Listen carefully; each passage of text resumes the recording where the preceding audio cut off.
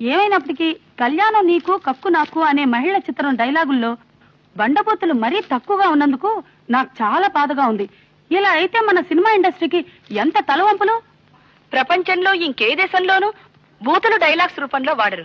అది మన దేశానికి మాత్రమే ఉన్న ఘనత. ఈ మధ్య మన నిర్మాతలకి దర్శకులకి ఏం దుర్బుద్ధులు పడుతున్నాయో బూతులు తగ్గించేసి నీతులు పెంచేస్తున్నారు. దీనికి మన కమిటీ నిరసన వ్యక్తం చేయాలి. మొన్నటికి మొన్న ఆ పతివ్రత సినిమాలో మచ్చుకి ఒక్కటంటే ఒక్క బూతు కూడా లేదు.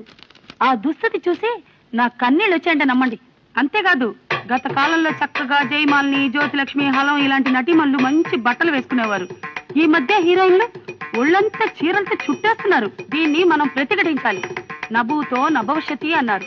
బూతు లేనిదే సినిమాలకి భవిష్యత్తు లేదని సినిమా లోకానికి చాటి చెప్పాలి. తక్షణమే మనం ఈ ఉద్యమానికి నడుం కడదాం. వాసి మీ అమ్మల కడుపులు మాడా, మీకు కొంపలో ఏం పనులు లేవంటే నడువులు కడతారు. నడువులు కాదే, గోన్ సంతుతో మీ నోళ్లు కట్టేసుకోండి.